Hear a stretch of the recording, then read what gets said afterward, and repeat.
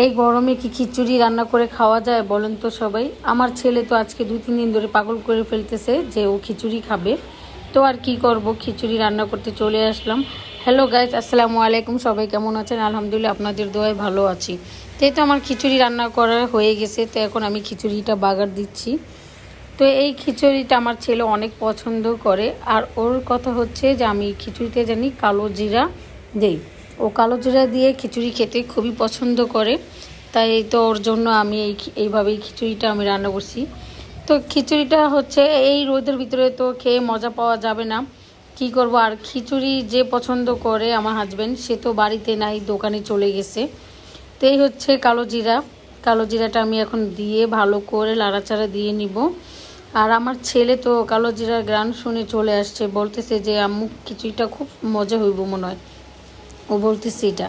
তোর কাছে যেহেতু ভালো লাগছে তার কি করার আছে, আর ওইটা পছন্দ করে। তো আপনাদের ভাইয়া আবার খিচুড়িতে আচার দিলে খেতে চায় না, তো তার জন্য আমি এক্সট্রা আলাদা করে আমি উঠায় রাখবো।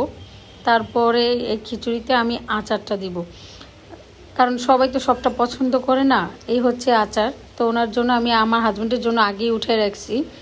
আর এরপরে আমি সবার জন্য আচার দিয়ে খিচুড়িটা এখন আমি ভালো করে লাড়া দিব, যেহেতু আচার দিয়েছি। আর সবাই আচার পছন্দ করে, শুধু আমার হাজব্যান্ডই পছন্দ করে না। যদি খায় তাহলে হয়তো একটু এমনিই খাবে, আর নয়তো ভাত বা খিচুড়ি বা কোনো কিছুর সাথেই খাবে না। তো যাক, সে কথা। তো এই হচ্ছে আমার খিচুড়ি, তো সবাই একসাথে খাবো।